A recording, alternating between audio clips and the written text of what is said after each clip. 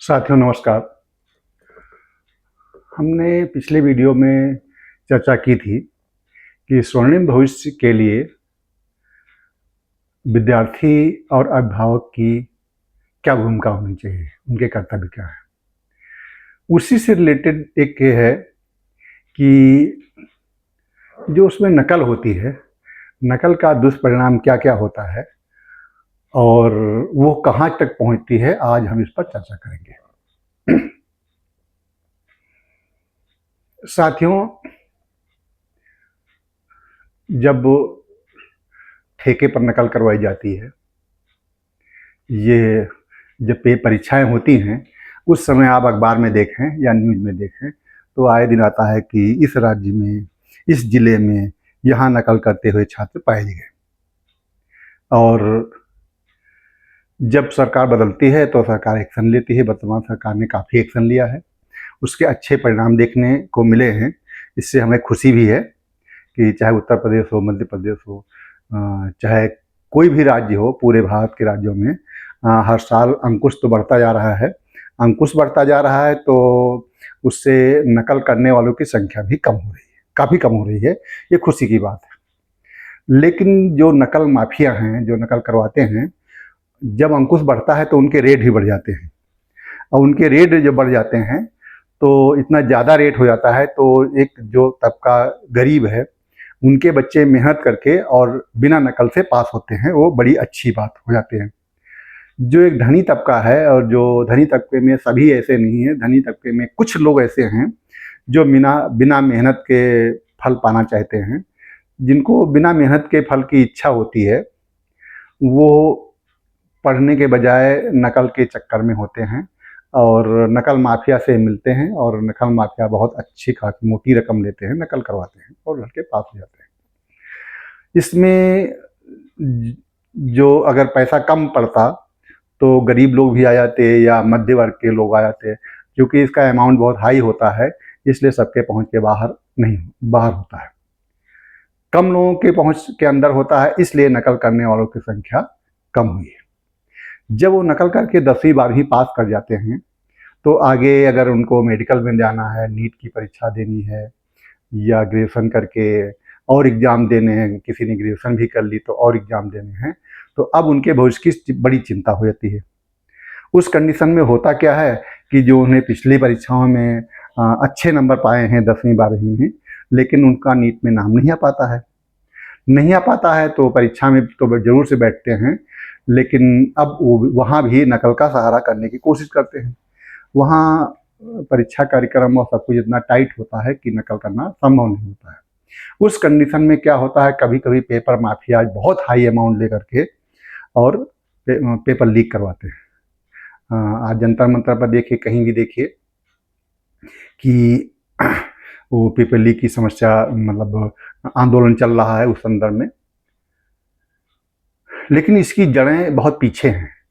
अगर हम पीछे जाएं तो 10वीं 12वीं में अगर ईमानदारी से लोग पास होते हैं तो यहाँ कम होता होगी। और अगर किसी की बुद्धि ज़्यादा है, अच्छी बुद्धि है, और वो ये चाहता है कि हम अपनी मेहनत से पास कर लेंगे, तो उसको बैक डोर का सहारा क्यों लेना पड़े।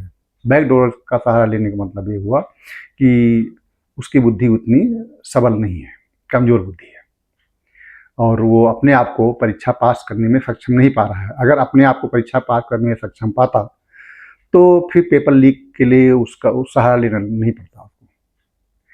अब पेपर लीक होता है, इसी तरह से परीक्षाएं होती हैं उत्तर प्रदेश में और राज्यों में भी। परीक्षाओं के रिजल्ट रुक जाते हैं, जो अन्य प्रतियोगी परीक्षाएं हैं तो उनके रिजल्ट रुक जाते हैं। फिर बच्चे तैयारी करते हैं, चाहे बीएड के बाद का हो, चाहे टीचर का हो, चाहे अन्य परीक्षाएं हैं, जो भी हैं वो रुक जाती हैं।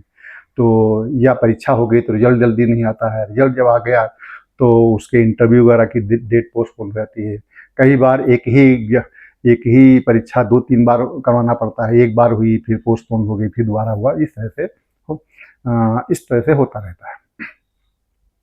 अब साथियों, ये सोचना है हमें कि इसकी जड़ें कहाँ हैं और ख़त्म कैसे किया जाए।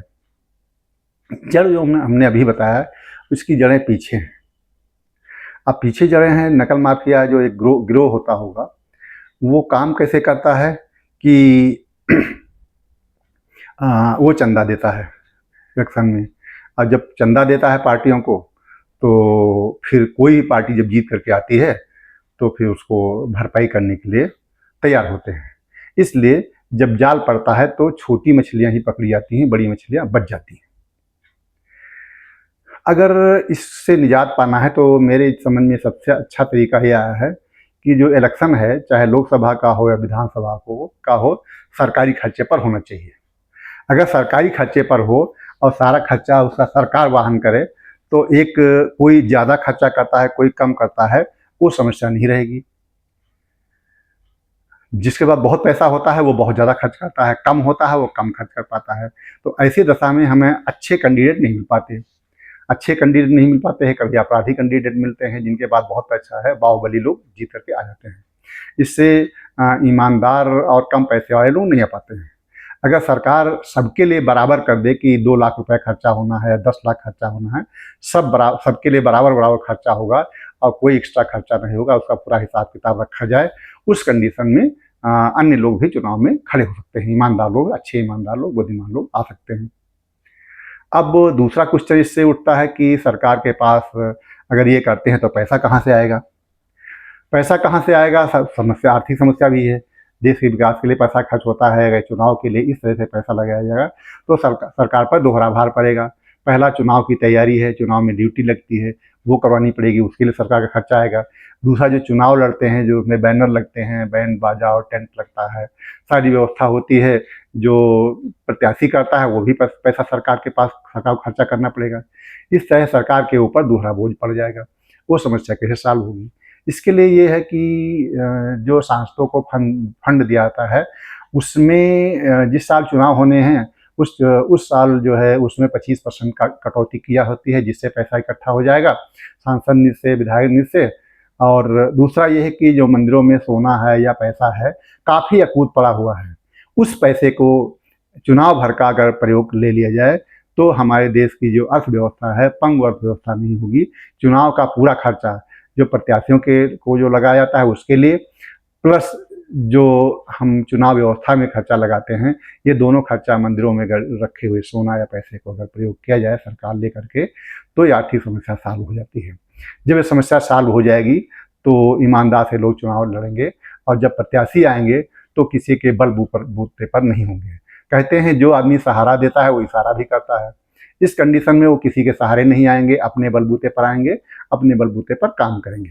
उनके कार्य के मूल्यांकन के लिए कमेटी बनाई जानी चाहिए और जो प्रत्याशी 3 साल के अंदर कुछ काम नहीं करता है उसके चौथे साल के अंदर वो कमेटी रिपोर्ट दे करके बर्खास्त भी किया जाता है। इस तरह से सख्त कानून बनाए जाए। अब दूसरा ये है कि एक होता है मर्डर में तुरंत मर्डर कर देता है आदमी, तुरंत मौत हो जाती है। दूसरा ये होता है कोई अगर ऐसा जहर दे दिया, स्वीट पॉइजन, जो धीरे धीरे मरता है। नकल भी एक तरह से जहर है, जो मैंने पिछली वीडियो में बताया था। दूसरा ये है कि मान लीजिए किसी ने खाद्यान्न में मिलावट की, वैसे अगर कोई अपराध करता है तो 1-2 आदमी को मारेगा।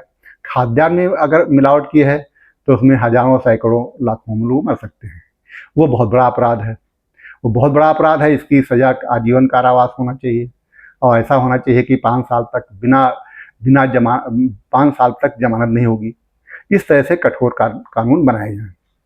इसी तरह से जो नकल माफिया हैं, इनके लिए अगर आरोप सिद्ध हो जाए, अपराध सिद्ध हो जाए तो या तो फांसी की सजा होनी चाहिए और या तो आजीवन कारावास होना चाहिए। इस तरह से कठोर दंड का डर होगा तो लोग ऐसा करने से डरेंगे और उससे जितने भी लिप्त हैं, जितने भी संलिप्त आदमी हैं, जिन लोगों ने ऐसे काम में सहयोग दिया है, इन सबको कठोर सजा दी जानी चाहिए। जो मुख्य आदमी हैं उनको आजीवन कारावास, जो उनके सहयोगी हैं उनको कम से कम 20 साल की सजा होनी चाहिए। इस तरह से हो जाए तो लोग डरेंगे और जब लोग डरेंगे तो ऐसा अपराध नहीं हो पाएगा। ऐसा अपराध नहीं होगा तो देश हमारा एक स्वर्णिम बनेगा और शिक्षा के क्षेत्र में आगे बढ़ते हुए और शिक्षा मीन्स तकनीकी शिक्षा, हर तरह की शिक्षा के क्षेत्र में आगे बढ़ते हुए ईमानदारी से देश हमारा बहुत तरक्की पर होगा और जो अपराध है इससे हर तरह के अपराध खत्म होंगे। इससे ये नहीं कि नकल ही खत्म होगी, उसके पीछे बहुत सारी चीज़ें जुड़ी हुई हैं अपराध से संबंधित, तो हर तरह के अपराध भी खत्म होंगे, पूरा अपराध मुक्त हो जाएगा। तो साथियों, इन्हीं शब्दों के साथ बहुत बहुत धन्यवाद, आपने हमारा वीडियो सुना। अगर ये अच्छा लगे तो लाइक करें और लोगों को शेयर करें। धन्यवाद।